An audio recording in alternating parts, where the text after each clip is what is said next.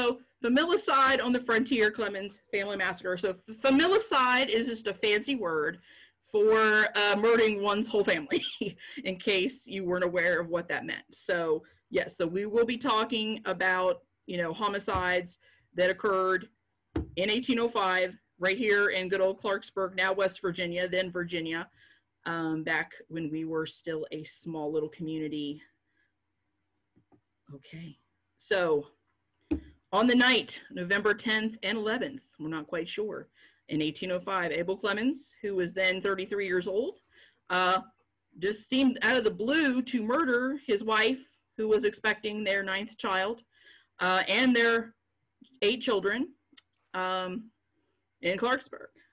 This crime was so horrific at the time, and it was so out of the ordinary that this made news beyond Virginia. You know, the stuff from the trial and even the story of the homicides itself were spread all up and down the East Coast, made appearances in newspapers on the East Coast, in Richmond and Connecticut and Philadelphia. So this was a big deal, and it shocked a lot of people. So we want to think, as we go along tonight, we want to think about, like, what would, you know, drive this man to do this. You know, it's, as I said, family homicide is a very tragic thing today, but, you know, basically it was very rare back in the early Republic of the United States. So we're going to talk about what led him, who he was, what led him to do this, and what happened with that afterwards. And the image you're seeing here with this text, that is actually a top section of the broadside that was printed out of Morgantown back in 1805 by Joseph Campbell. And that was the one that had the poem on it and the whole details of the crown. They mass produced those and sent them everywhere. So that is the top image there. And if you notice, there are 8 little coffins there at the top to kind of tell you what happened a little bit. Okay. So before we really kind of dive into this, I want to talk about, like, there's a lot of fantastic sources about this case, you know, for it being so early in our history here in Harrison County. I mean, you know, Clarksburg wasn't incorporated as a city until 1785. There's still, you know, conflicts going on with Native Americans in Harrison County into the 1790s. So, you know, 1805, this is not too far beyond the founding of the community and the county. So there's, you know, some really good sources from the time period that explain what happened. That being said, they're detailed sources, but yet they are not detailed sources. It's a little bit of both. They name names here or there, but sometimes they leave stuff out, and there's the holes in some stories. So I just, as we go along and we talk about this stuff, I'm not always going to have the answers to some of the questions you may have, because there's just not enough information, or they didn't write it down, or I just haven't tracked down who that particular person is yet, through, you know, genealogical resources, because that sometimes is a sticky wicket as well. So going forward, who was Abel Clemmons? Okay, he was not born in Virginia. He was born in New Jersey, in Waterford, New Jersey, in 1772-ish. You know, that's questionable as well, but that seems, the 1772 date seems to be the consensus for a lot of things that I've seen. His father, again, also his family history is a big question mark with some of these things too. Again, where I'm pulling some of the family information is from Family Search and genealogical sources. And so, you know, I've used Family Search myself for my family history, and I have found errors. And so some of this may be right, it may prove wrong, but this is what I've been sort of able to sort of figure out with his family history, because from just the sources. Father is allegedly a man by the name of John Julius Clemmens, and his mother, his birth mother, is Elizabeth Clemmens. Now, according to Family Search and the information I found through that, it seems that Elizabeth died prior to 1779, because his father is remarried not too long after that to a woman named Abigail Higby. So that is his stepmother. So the mother that we're going to be talking about through the bulk of this narrative is his stepmother, Abigail.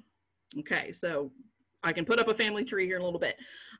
So Abigail is his stepmother. When he was of age to be apprenticed, his father and stepmother originally apprenticed him to a blacksmith and then later a merchant. Both of those men who he went to apprentice with were, according to his confession, were absolutely horrible and abusive. And he ran away from them multiple times, and his parents would continue to send him back, which I'm sure did not help with his early childhood development as a young man. So yeah, he was forced to keep going back to these abusive journeymen and masters, and he did not have a good time of it.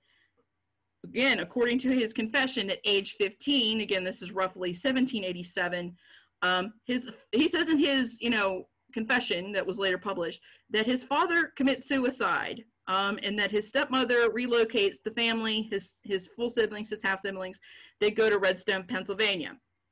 Now, where Redstone, Pennsylvania is about 10 miles to, it's a township now. It's about 10 miles to the northwest of Uniontown, Pennsylvania. So it's not that far away.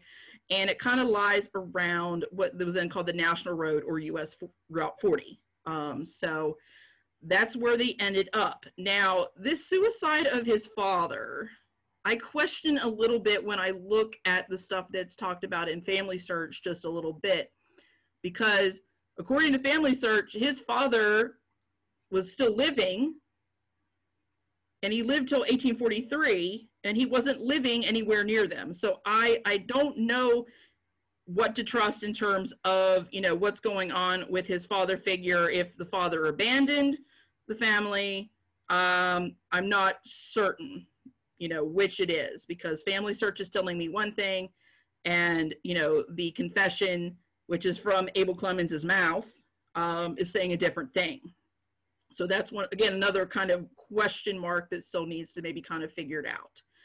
But again, at 15, they move to Redstone, Pennsylvania. Now, he's a teenager. He's a teenage boy. This young teenage boy, young man, does not have a regular job, and he does not have a father figure. He just has his stepmother. And so apparently, according to him, he was the scourge of the local fathers, and he was running around with 7 different women, allegedly impregnated one of those young ladies, and his stepmother would not let him marry that particular young lady. And so, he just had to get out of Dodge. He had to go and leave because he was going to get prosecuted. They were going to lock him up because he was just being awful.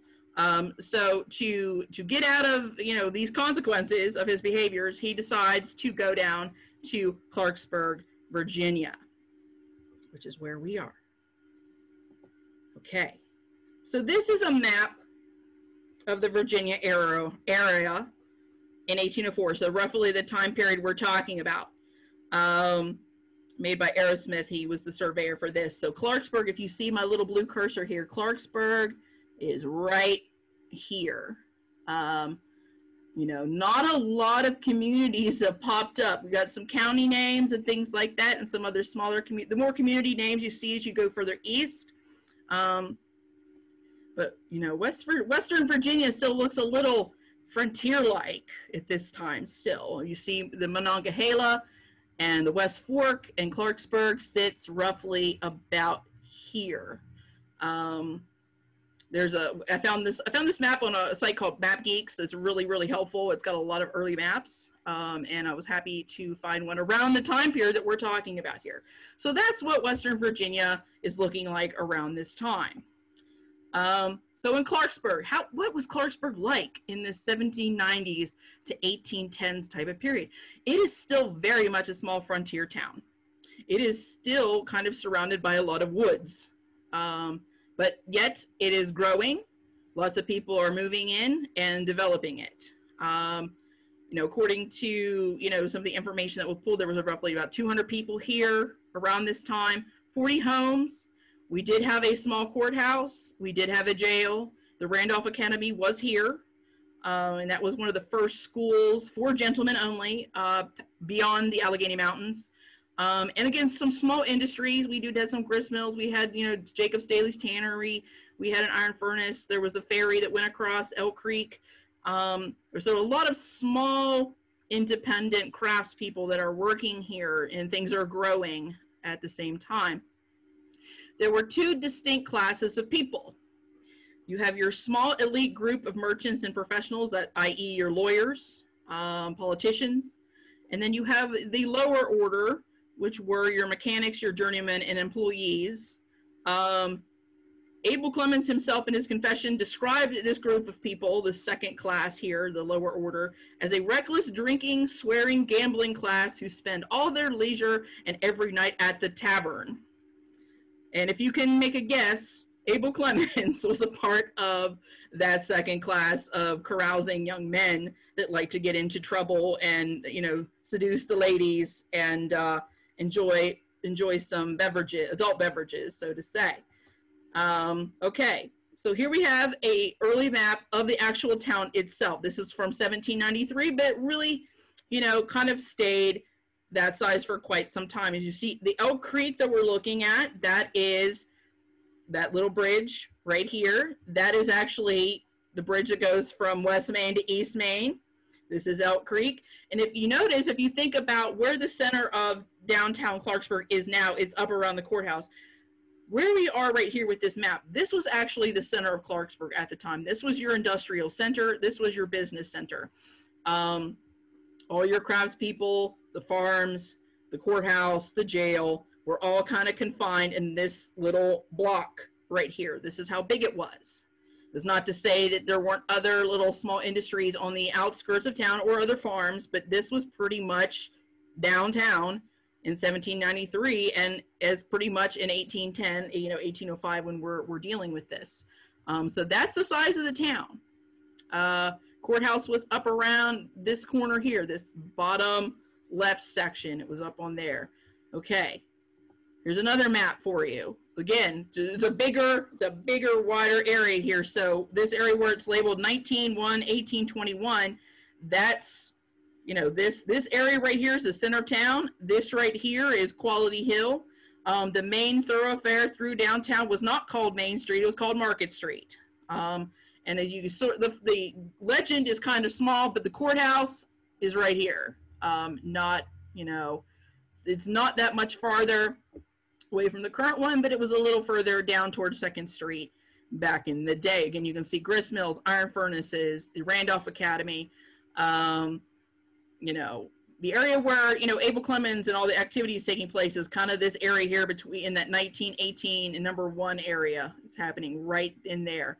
So again, kind of small and spread out, but we have some development going on. So it wasn't exactly, you know, without amenities, but it certainly wasn't Richmond or any of the larger cities on the East Coast, but still sort of civilization. Okay, so again, we mentioned Clemmons was still a young man. He continued to be kind of a bad boy when he got into Clarksburg, until he found the love of a good woman named Barbara Carpenter. Barbara, or Barbary, was the 7th child of, you know, prominent pioneer and office holder Nicholas Carpenter. You know, I know he was a trustee for the Randolph Academy. You know, he was involved in local politics. Unfortunately, he was killed by Native Americans. Him and his namesake son, Nicholas Carpenter Jr., were killed by Indians out there on Carpenter's Run as late as, you know, October of 1791.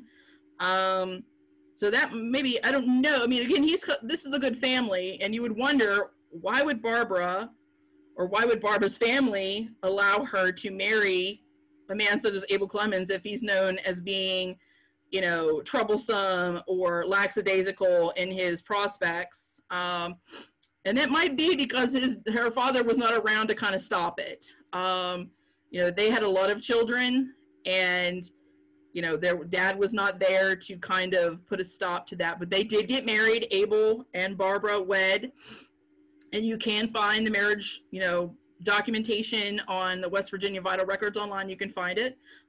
They were married June 24, 1794. He was 22, she was 18. And the ceremony was performed by Reverend John Wade Loughborough, and he was a Baptist minister. You know, there were a few Baptist churches here in town, and, you know, congregations, I should say, not so many buildings or churches themselves, and there were Methodist presences here as well. But, you know, Reverend Loughborough was Baptist. Okay, so Barbara was pregnant with their first child, Elijah, in 1794-ish. So again, that may have been a reason why there was a rush on getting married. But when she was pregnant with that first child, the couple did move back to Redstone so he could help his stepmother with their farm. And apparently, you know, according to, you know, the sources that I've checked out with this case, as well as, you know, the confession, they moved back and forth from Clarksburg to Redstone quite a few times, at least 3, possibly 4 times in that time between, you know, with their marriage and the murders in 1805. But it seems that around 1800 is when they kind of came back for good. You know, he came back, Barbara, and whatever children they had at the time, his stepmother, Abigail, his sister, Melinda, Clemmens Armstrong, and his half-siblings, Isaac Clemmons, Betsy Clemmons, and Samuel Clemmens. And again, some of these siblings and half-siblings, there's some question marks with those, but these are the ones that I could verify through the historical record. So definitely Melinda is a full-blood sister.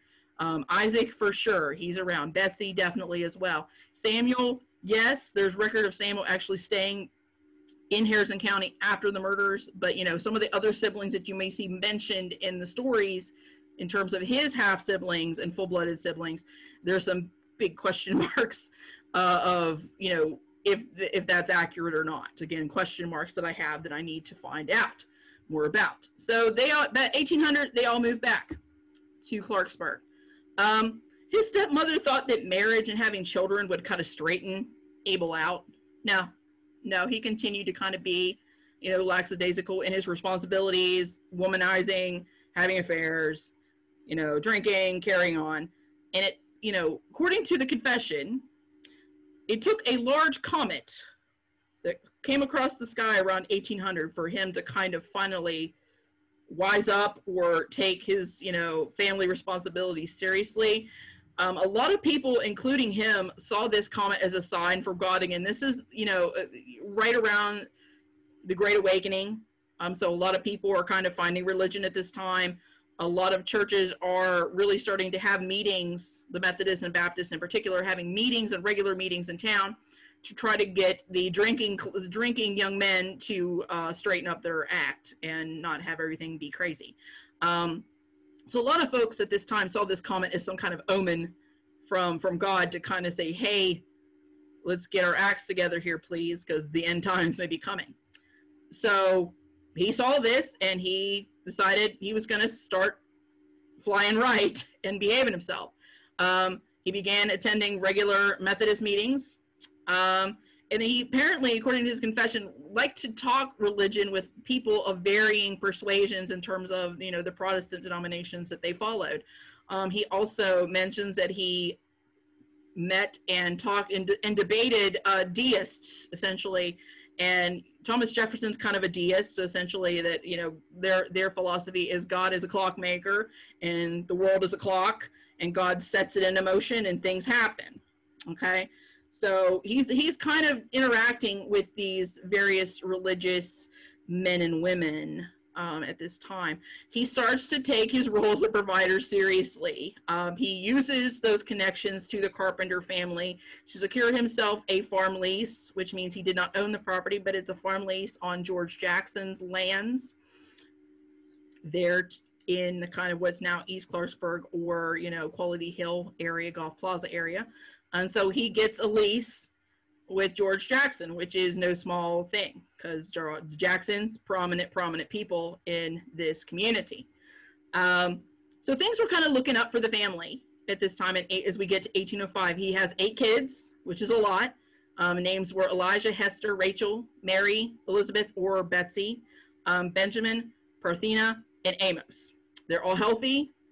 And, you know, Barbara's expecting that 9th child at this time. And he makes a little visit. Clemmens makes a visit to the Miami region of Ohio, which is in the southwestern region of Ohio, again, around the Miami River. And he goes out there to visit in the summer, and he likes what he sees. He thinks there's good land, there's good plentiful land. He wants to go out there and move the family and give them better opportunities and some growing room. And that was his plan. That he felt that was his God-ordained plan. That was what he was going to do. He's the father. That's what they're going to do. And unfortunately, things did not happen that way, and that kind of dream kind of dissipated kind of into a living and breathing nightmare for the family.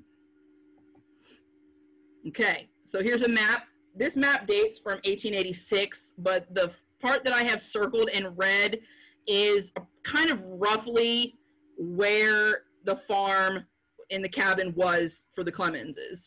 They mention, a lot of the descriptions talk about, you know, 1.5 miles away from George Jackson's house, but also between Pike Street and this Philippi Road, which if Philippi Road is here, and then Pike Street is up here, but they also say it's within the vicinity of what is now the Jackson Cemetery, which is this green space over here. And of course, as you notice on the map, if you see it, Jackson Addition.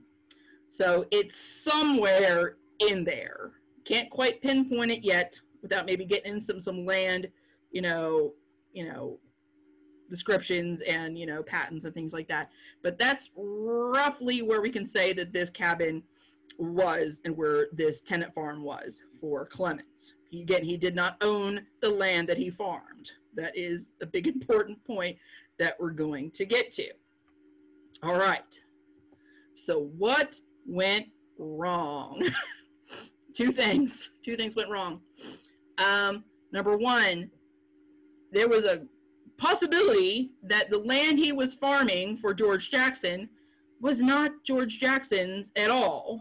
And if it was owned by another individual, Clemmens and his family could be evicted at any moment. At this time, your farm is your livelihood if you're a farmer. And if you do not have land to work to feed your family and subsist on, you will starve. And what was going on in Virginia at around this time is the Indiana Company, which was another rival land speculation company, basically said that the people who owned the land in northwestern Virginia did not own that land, and therefore, the tenants that are on that land, they're like, oh no, I could be kicked off. And so, George Jackson and John George Jackson, his son, were very instrumental in fighting against the Indiana Company. This is a perpetual problem in northwestern Virginia, Western Virginia, and now West Virginia is this clear title to land.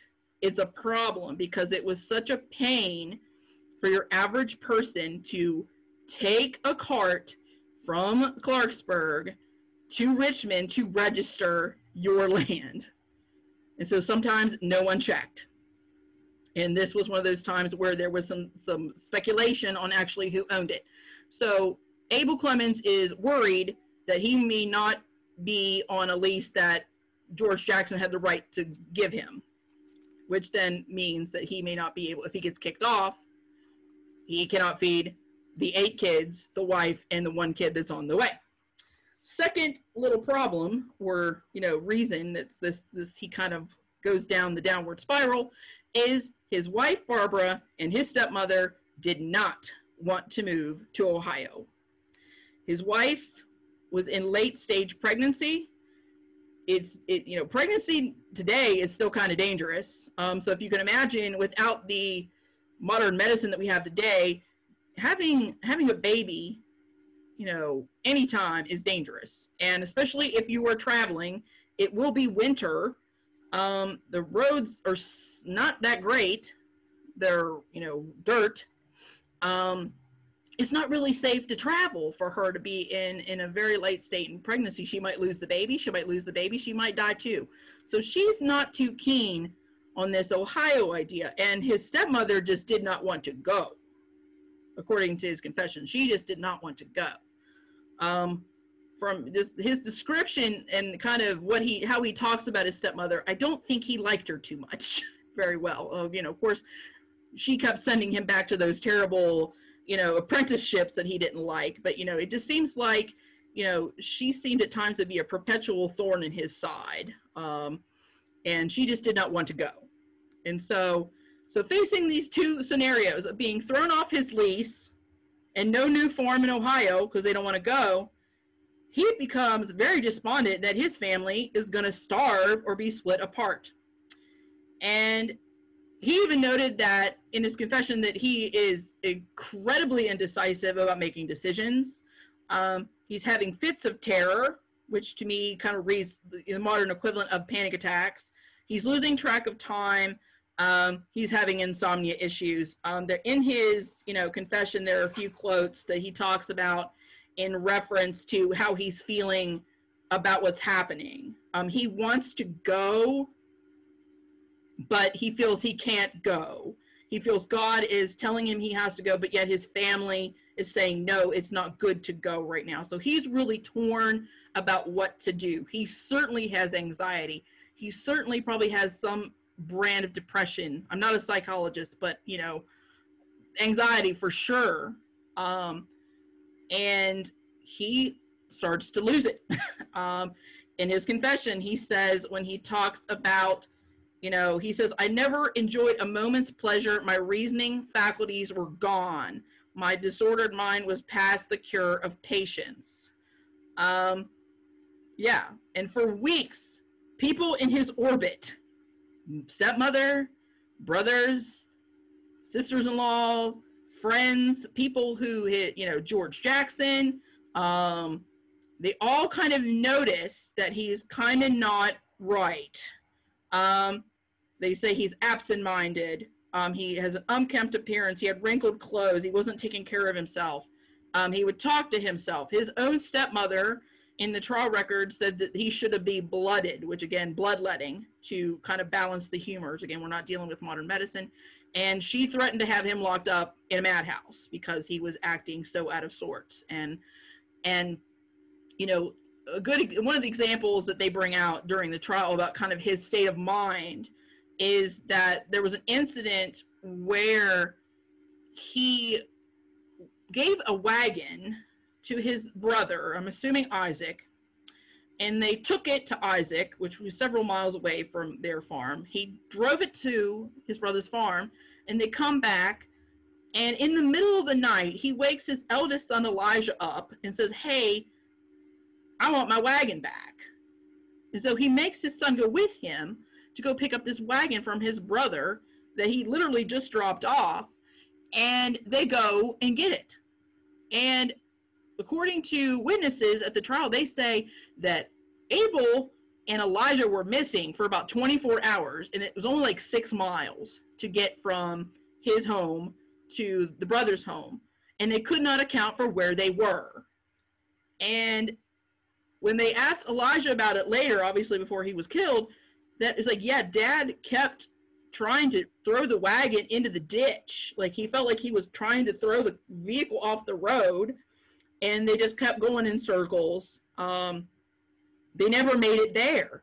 The family was so worried where they were, they sent out the sheriff looking for them, and they were missing for 24 hours. And then finally they showed up again. So, he's losing track of time. He's not sleeping. He's not eating. He is fretting about what to do with their scenario. And he comes up with a conclusion that is, unfortunately, murder. He has decided, he kept selling his, to go back to the lease thing, his indecisiveness. I'll go back to that for just a second. George Jackson was his landlord. He went to George Jackson and say, buy out my crops so I can go to Ohio. And then a couple days later, he would regret doing that. And he'd go back to George again and say, I want it back. And George would give it back to him. And then he would go, like, literally the next day, go back to George Jackson, and, want to renege the deal again. And so, George Jackson had enough of his shenanigans and actually referred to him as being childish in terms of his going back and forth with this lease. So eventually, a man by named George Knisley buys his, agrees to take his lease and his crops. And, the Wednesday after when the murders took place was when they were definitely moving to Ohio. They had got rid of all their belongings. The only thing they really had in the house were a few things and the straw mattresses for the bed. They didn't have much. They were planning on going to Ohio, but that didn't happen. All right. So the murders themselves. So again, Sunday, November 10th, 1805, they spend the day, the family spends the day kind of doing, singing hymns and doing religious exercises at Clemmens' stepmother's house, along with several other family members, and then they eventually come back to Clemmens' house themselves and doing some more. He did not want to do this. Apparently his wife just was riding his case about doing this. He really didn't want to do it. They were noticing that, again, he was very melancholy. He was very sad and depressed and muttering to himself, and they were just trying to encourage him to, you know, maybe if he gets, you know, the religious spirit, that he'll be fine. So they kind of convinced him to do this. He begrudgingly does it. Again, he goes to his stepmother's home, and then they come back to their, the cabin, the Clemmens cabin. And everyone kind of sticks around until 9 o'clock that night. And then, you know, stepmother, brother-in-law, sister, they go home to their respective homes. However, it's obviously the immediate Clemmens family, so Abel, wife, and the 8 children, and an unidentified niece stays behind to spend the night in the house. So once the family is asleep on those mattresses, those 3 mattresses on the floor of the main floor of the cabin, Barbara was in bed with the infant Amos, which was the littlest one. 4 of the girls were in one of the other mattresses. 2 of the other boys and another one of the girl children were in the 3rd mattress. We don't know where the unidentified niece slept that night. So they all go to sleep. When they go to bed, he decides he's going to sharpen his axes, and he prepares a noose to hang himself after he decides to kill everyone. He wants to kill everyone because he thinks that they're better off dead than starving. He says that he was frantic with thoughts of being torn from his family and considered his property inadequate for their support. He saw his children already torn from the fond embraces of their mother and scattered over the country. So why would he be worried about this? Obviously, he was torn apart from his own family himself and sent to people that abused him horribly. And he did not want that to happen to his children. And so he, in his own thinking, the rational choice was to kill everyone. Prior to this, you know, the murders on the 10th, he says that he tried to do it prior to the 10th, and he just chickened out. He wouldn't do it. He just couldn't do it. And he made multiple attempts. Well, on the night of the 10th, he actually, you know, he kind of repeats the same cycle after he makes his noose and he sharpens his axes. He makes several attempts. And then finally, you know, he makes one last prayer for the souls of his family. Because again, he thought, you know, after talking to some of these religious folks, that, you know, that they would go to heaven and they'd be better off in heaven than alive. And so he then proceeds to kill each of them one by one with an axe. Now, according to the trial information that I have discovered, which I didn't have a few years ago, I just found it recently, Barbara was the first one to get murdered. And he did not hit her with the sharp end of the axe. He allegedly hit her with the pole, which is the stick end of the axe. Hit her with 2 blows to the head and broke the axe, the first axe. He then proceeded to take the second axe and dispatch the rest of the family. According to witnesses, I believe this was a testimony of George Jackson, who saw the bodies, that the children were either hit on the front or the sides of the head with either the pole and or the axe head. Again, witnesses later said that the death was probably instant for a lot of them, except for 2 of the girls who struggled in what was happening. After he had killed everyone, he crosses their arms over their chest, closes their eyes, and covers them all up with the bed covers completely. You can't even see them. Clemmens, however, the part of the plan that didn't happen was him killing himself after he did it. During the rest of the night, he kind of hides things. Bloody clothes go away. They go up into the 2nd story. And he's kind of staging the scene a little bit While that niece, the unidentified niece, is still alive. And she's, he insisted in his confession that she was not aware of what happened. I don't know if I believe that, but she probably was somewhat aware of what happened. But she was left alive and everyone else was taken out. So that was the night from the 10th into the 11th. The next morning, the man who got the lease from Clemmens, George Knisley, he's the first person on the scene in the morning after everything happened, so the 11th of November. He noted that Clemmens took about 7 to 8 minutes to come to the door, to answer the door, and he could hear him rustling around and moving stuff around inside the cabin while, he was waiting outside. Clemmens comes to the door, lets him in, and he comes, Knisley comes in a little bit, but not fully, into the house. And he notices that Clemmens keeps rubbing his hands, picking his clothes. He's very evasive when he's, Knisley asks, why isn't the family up? Where is everybody? And he's like, oh, well, they're asleep. They're asleep. And so and then he asks, well, I need to move some of this corn from the crop that you have. I want to move it up to the second floor of your cabin. Can I do that? He's like, no, you can't go up there. The floor joists, they're bad.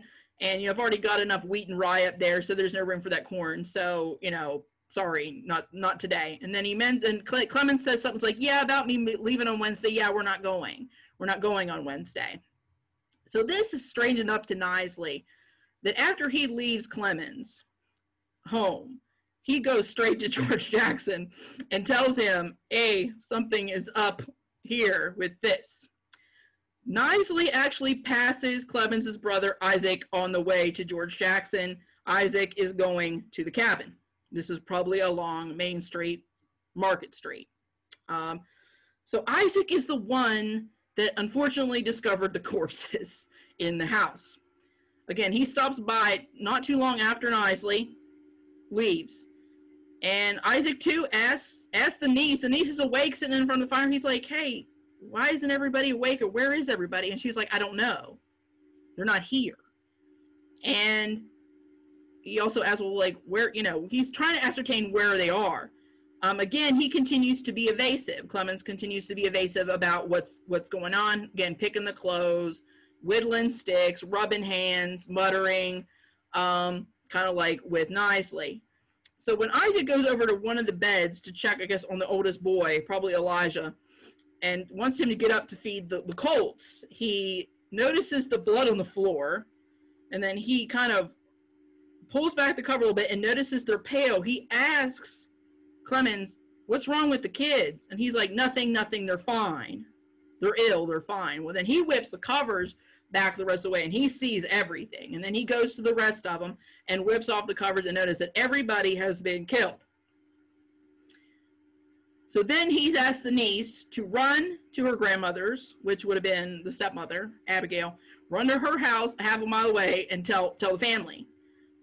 She does this. She goes there and tells the stepmother. The brother-in-law and a sister are with, the stepmother. They all arrive at the cabin after the little girl comes and tells them. And again, they notice that, again, he's doing the same behavior, melancholy, muttering, talking to himself. And then Isaac shows them what the bodies. And, of course, they confront him immediately, obviously. And when they confront him, that is when he chooses to leave the house. And he just takes off.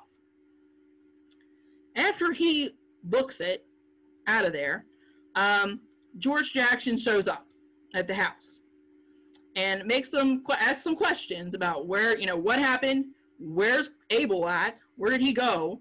And the stepmother, according to the trial records, says that she told George Jackson that the family had been robbed and murdered and that Clemmens had left to basically hang himself. So that was the answer that she gave. George wasn't quite so sure about that excuse or what happened. So, he, along with his son, John George, again, another prominent senator, William Tate, Elias Stilwell, release a public order that goes out to all the local papers in the region ordering his capture is apprehension. So then that's where the manhunt really kicks off. And I can actually, when we get there, I'll show you some sources, but we actually, in the Virginia Argus out of Richmond, you can actually see the actual notification of them trying to find him. And in fact, they were determined to find him, that they listed a description of what he looked like, so they could find him, because this was such a horrendous crime that this town had never seen before, that they needed to find him immediately, and bring him to justice. So manhunt is on for Abel Clemmons. So I'll talk about the map here at the top. That again is a later map. That's like 1870 of Clarksburg, but I'll talk, there's an important feature on that map in a little bit. So the news of these murders and looking for Clemmons went beyond Harrison County. As I said, they thought he had fled, that he was gone. Again, Morgantown publisher Joseph Campbell founded Morgantown's first newspaper, mass produced a broadside called Murder, Horrible Murder, describing the crimes, and that went wide. They sent it out. And then also, again, the apprehension article, those also went everywhere. And again, as far away as Richmond, looking for him. And I've seen sources in the Virginia Argus, you can actually find these yourself, asking for people to be on the lookout for him and what had happened. However, he didn't get that far. He was hiding in an outcropping of rocks on a hillside in an area, again, where the current B&O station is now, over there in Glen Elk. It's up on the hill. I'll pull a map up so you kind of see where it was. That's where he was. Allegedly, according to him, he tried to kill himself a couple more times, unsuccessfully, obviously. And he was up there for about 2 weeks, up in those rocks. And what eventually brought him down and to turn himself in was that he was cold and that he was hungry. And he finally walked back down to his stepmother's home, and the family sent for the authorities to have him arrested. So he was brought before the Harrison County Court on November 28th. The court there, that bottom picture here on the left, that's a artistic rendering of what the original courthouse looked like in Harrison County. It was 26 feet by 36 feet, and it was sitting on several stone pillars that are about 8 feet tall. It's very nondescript, very small. So they hauled him in there and to be charged for murder. And he did plead not guilty. And the justices at the time, so Benjamin Robinson, William Martin, John Davis, Richard Bond, and Allison Clark, directed that case be tried in district court in Morgantown. The tiny little courthouse was not going to cut it, so they sent him to district court to be tried. All right, so where I have circled here in red, that's Clemmens' Rock. It's called that now because that's where he was. And this is where Glen Elk would be. And just right up here, that's where it is. And it was called that after him. They named it that. So way out of town, not, downtown would have been, Clarksburg would have been like right here at this bottom left, or bottom right, excuse me, and then Clemmens Rock is way up here on the hillside. So that's where he hung out for 2 weeks until he was hungry and cold and couldn't take it anymore. Conscience got the better of him, I'd like to hope so, and he turned himself in. Okie doke. So the trial. He was brought before Judge Francis Brooke and indicted for murder in Morgantown in May 1806. At that time, he entered a formal plea of not guilty. And at his official kind of beginning stages of his trial, he asked for, in terms of his representation, he asked for 2 different men to represent him. Obviously, John George Jackson, who was an excellent attorney, and again, genteel class, upper class, learned scholar. He's a well-known politician.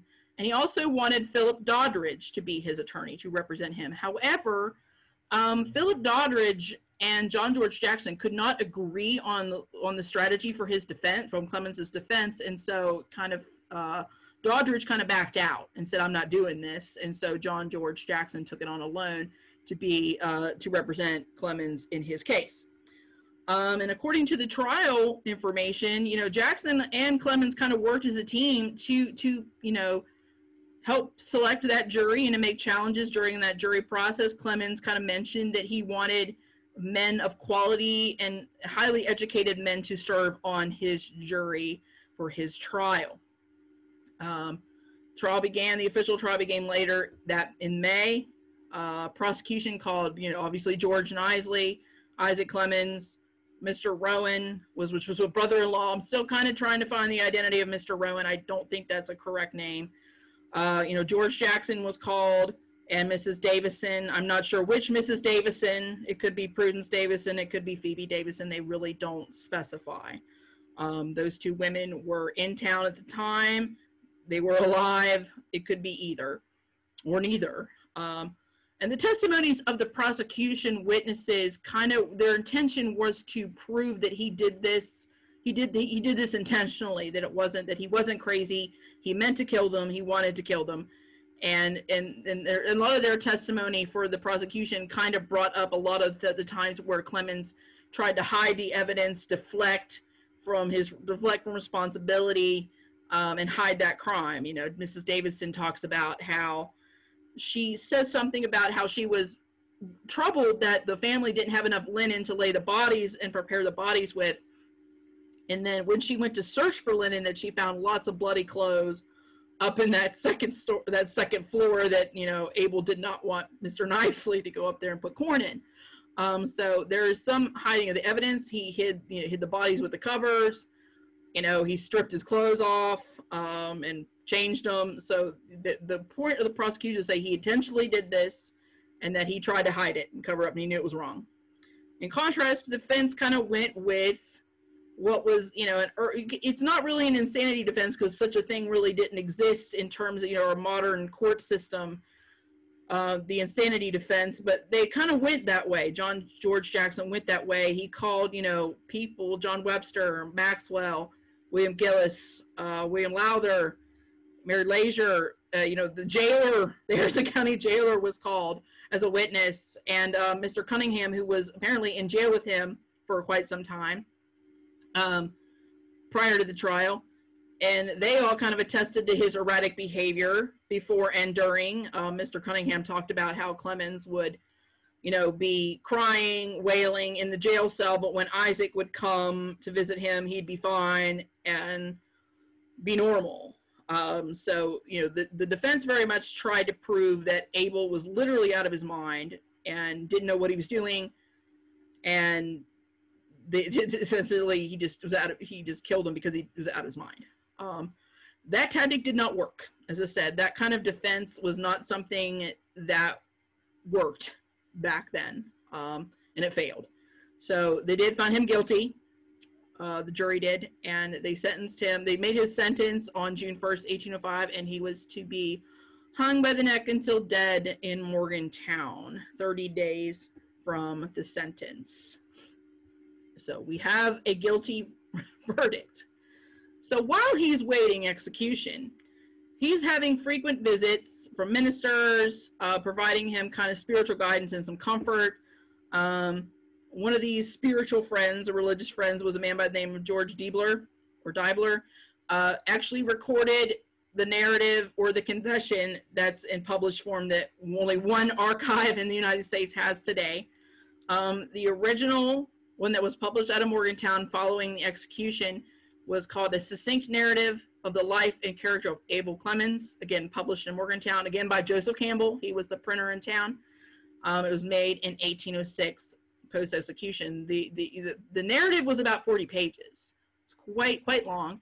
And it was so popular and so widely distributed, they made a reprint, and they called it a different name, called Cruel Murder, A True Account of the Life and Character of Abel Clemmons. And Cruel Murder is the version that exists up in the American Antiquarian Society in Worcester, Massachusetts, and I'm hoping to get a copy of here shortly in the next week or so, and I might give a follow-up after I've kind of read over that a little bit more.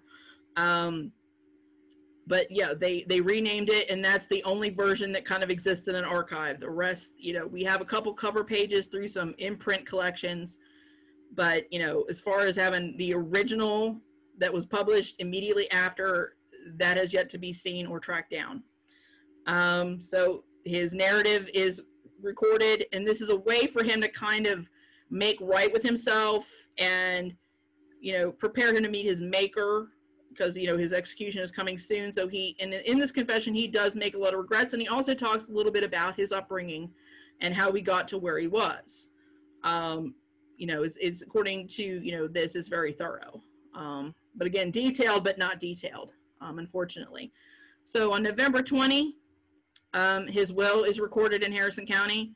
He left the majority of his estate to his stepmother, with the exception of $50 that he wanted it to go to Isaac. And he also bequeathed his clothes to his nephew Abel Armstrong, again Melinda's son, and all his children's clothes to his sister Betsy, and Isaac's children Polly, Abel, and Billy. So bequeathed their possessions. And on June 30, in 1806, he was hanged from a locust tree near a bridge spanning Decker's Creek in Morgantown. So yes, he was executed for his crimes, and apparently with the confession made a full repent of his deeds. Okay, so afterwards, what happens? So after he's executed, he is buried alongside his family in unmarked graves in the Jackson Cemetery. The remaining Clemmens family who lives in the area, they relocate almost immediately in 1806. After all this happens, they go to Ohio, that Miami region, Ohio, that they were supposed to go to, and then later end up in Indiana. His stepmother, Abigail, ends up in Pennsylvania again, and she lives out there the remainder of her life.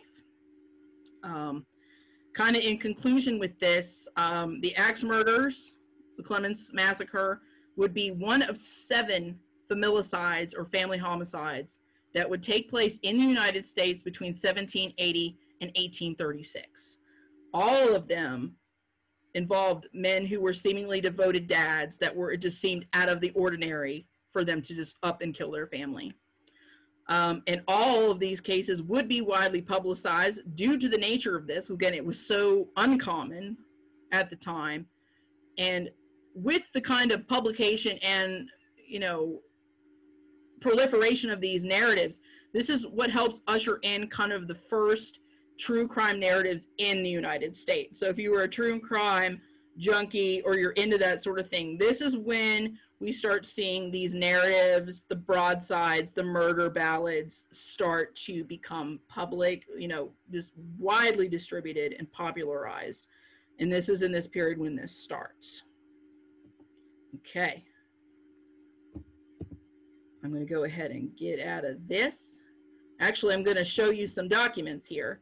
All right.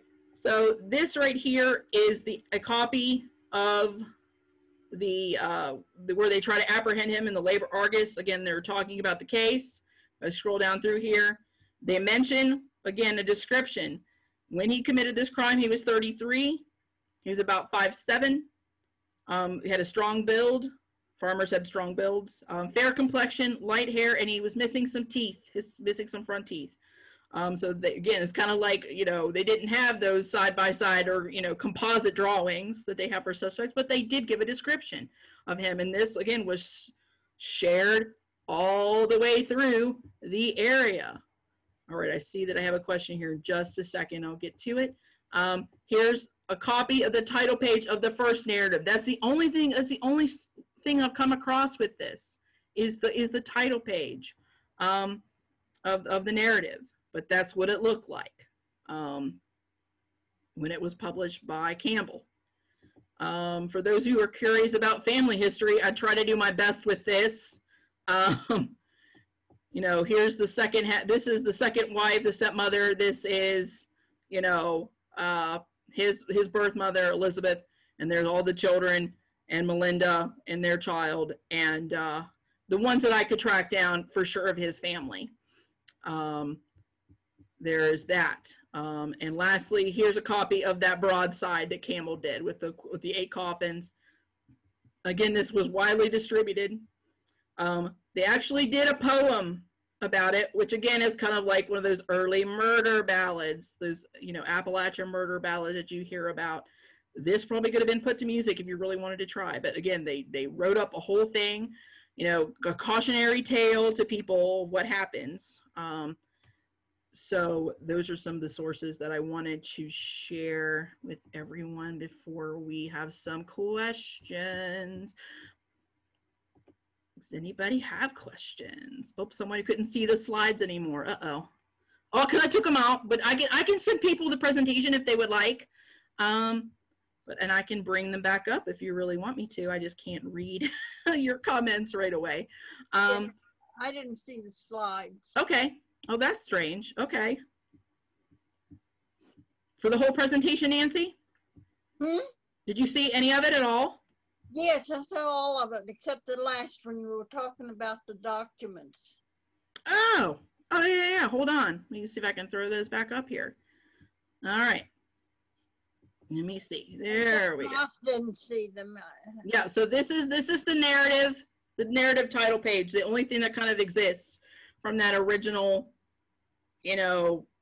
narrative. True murder exists. Excuse me, cruel murder is the one that exists, but the sync narrative is the one that, it's kind of lost to history. I don't know. I honestly, this was actually found in the Bibliography Society of America pages with some of their early imprints, and that's really the only thing they had of it was this title page. They didn't have the whole thing.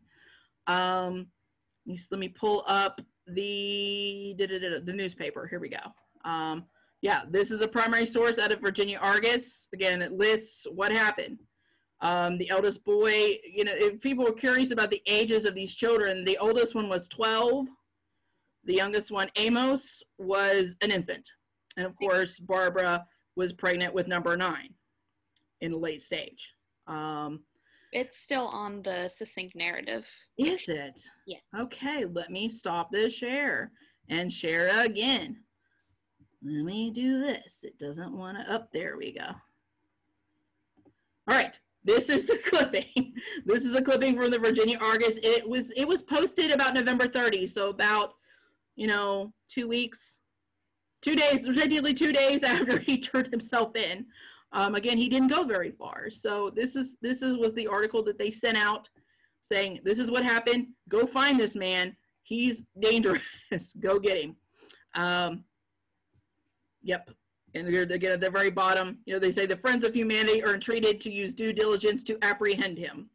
And printers throughout the U.S. states are requested to insert this in their papers a few times. So they were looking for him. They wanted, and if you see the date, November 11th, they wrote it up, lickety split, and they're ready to go to get him. So that is the, kind of the manhunt article, so to say. Let me pull up. Does anybody really want to see I could put up the family history thing real quick. I could put up the broadside. Hold on. It's kind of interesting. Where is it? There we go. This is the broadside. Again, a reprint of an original. Again, you notice the 8 coffins. And if you scroll down further, there's the little poem about the murders. And above, they talk about, again, they detail the crime a little bit. And again, it's almost like, again, it's poetry, but it could be very much considered kind of like a ballad type thing, one of those murder ballads that you see later on in the United States. And that is that. And I will pull up really quickly just kind of the shoot. Hold on. Nope, I don't want that one. I want this. Okay. So if I can pull up okay, that's the family tree. This is what I could sort of lock down in terms of definitely who's the players in all of this. Again, as I said, it's the information is detailed, yet not detailed. I still don't know who the niece was. I have some guesses of who the niece might be. I originally thought it was Isaac's daughter, Polly. That's who I thought it was before. And then I realized when I saw the genealogies, Polly would have been a baby. And the little girl that was at the house was apparently able to walk and be able to fetch people, so not a baby. So, it could have been probably, there was tons of carpenter siblings. It might have been one of the carpenters, or, the female carpenters that married other men, might be some of their children. I have yet to ascertain which niece is in the house. They don't name her. With some of the witnesses, again, they don't give a first and last name. You know, George Jackson's identified, Isaac Clemmens is identified, George Knisley is identified. But the women are kind of they're given their married names and they're not further identified. So I don't know if that's something where it's unseemly of the time to not name the women witnesses. That's the only thing I can gather of why they would not do it. Same thing with the child, and to protect the child from the scrutiny of what's going on. So that, again, this is the family tree I've been able to kind of piece together. I'm sure it's not 100% correct because I kept seeing conflicting information with the family history. So, all right, I see some questions. Okay, yes? Crystal, Yes. first of all, very good presentation. But when I compiled the book of Jackson Cemetery, the people that were interred there, I don't remember coming across anything about the Clemmens in the WPA records or any other records. And I was wondering where you found that. I mean, I've seen that listed on Find a Grave. I've seen some conflicting information about the burials, Nancy. One report about newspaper report about 100 years after the crimes took place, they say that they were buried in West Milford. I checked that. I didn't see that either. So, I mean, logically, you know, the two cemeteries that were in town for them to be buried at would either be the Jackson or, you know, the one that's now referred to as the Daniel Davison Cemetery there on the corner of Chestnut and Main. They really don't list it in the sources where the first-hand prominent sources from the times. They don't list where they are. With this being a horrific crime, they may have just kept that secret because it was so awful. You know, I don't know. Where I've seen it is Find a Grave and also Family Search. But again, as I said, at the very top, like some of it may be incorrect because they just didn't write it down. And Well, it would be logical for them to be buried at the Jackson Cemetery. Yeah. That's interesting. It was right there, essentially. So yeah. Okay, I see there's a grave site still unmarked. Iron furnaces, they were on the outskirts of town. If I pull that other map up, here, hold on, let me pull it up real quick. See where exactly it was since you asked me. I'm gonna pull it up here. Let me see. Nope. Keep going. On the map, it showed it between Still Run and Murphy's Creek, which I think is probably about yes. Okay. So the iron furnace. Where's my? Let me see what my little legend here says. I want to. It might be out of frame. Hold on. Let me see. Oh, grist mill and forge, number 12. So 12 up. I've chopped it off, but I'm up. No, 12. Okay. If you look, see if I can get on it. one of the maps. I think if you go further, I'm not sure further. Okay. Up. Yeah, right there. All right. So okay. So if you look here at the bottom, very bottom, almost bottom right of your screen, number 12. That was an iron forge, iron furnace, Benjamin Wilson's iron furnace. So also, no, excuse me, that was Dick's Forge. The iron Benjamin Wilson's is number 16. So there's one here, number 12, and there's one here, number 16, further up on the West Fork. Would 12 be John George's iron furnace? I'm not sure. I do know that, you know, his dad's mill is down this way. Possibly. This map that we're looking at is dated from 1810.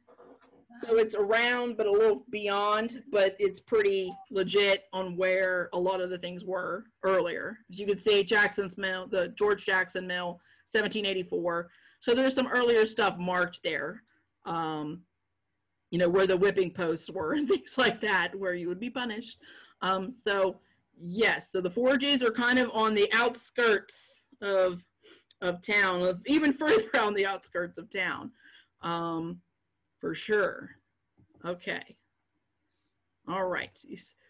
Yeah, WorldCat has a full copy listed as being held at UVA. Is that, Marcia, is that the succinct narrative or is that the reprint, do you think?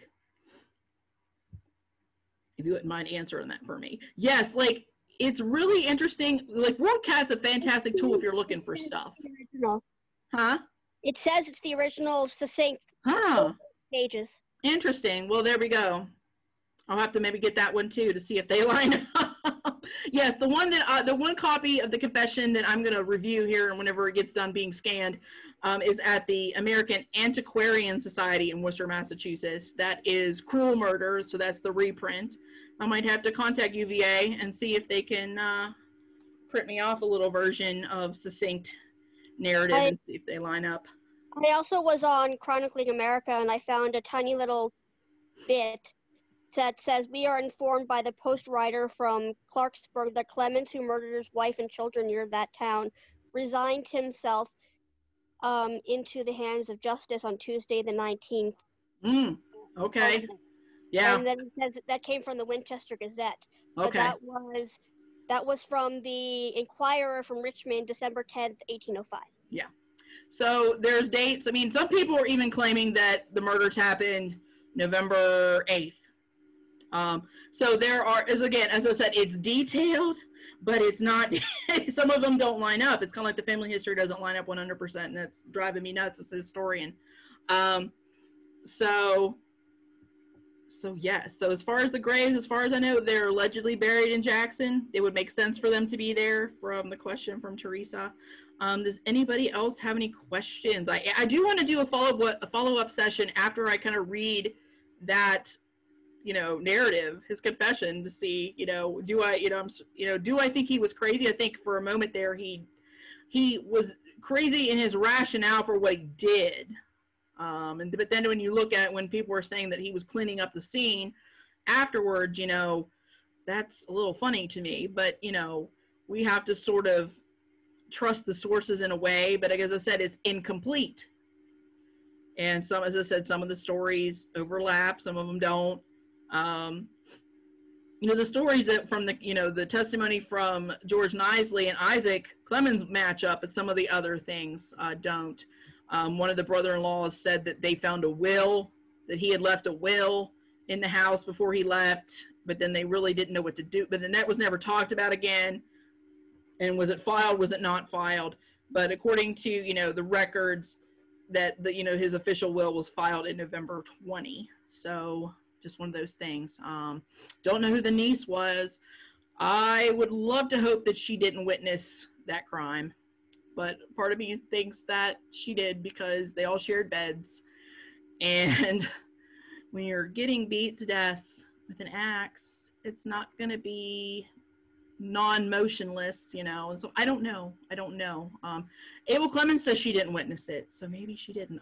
I don't know. And we don't know, again, without knowing the identity, we don't know if she grew up without any issues. We don't know. So does anyone have any questions? No. Well, if you think of any, you can send me an email at hcwvhs@gmail.com, and I will try my best to answer it.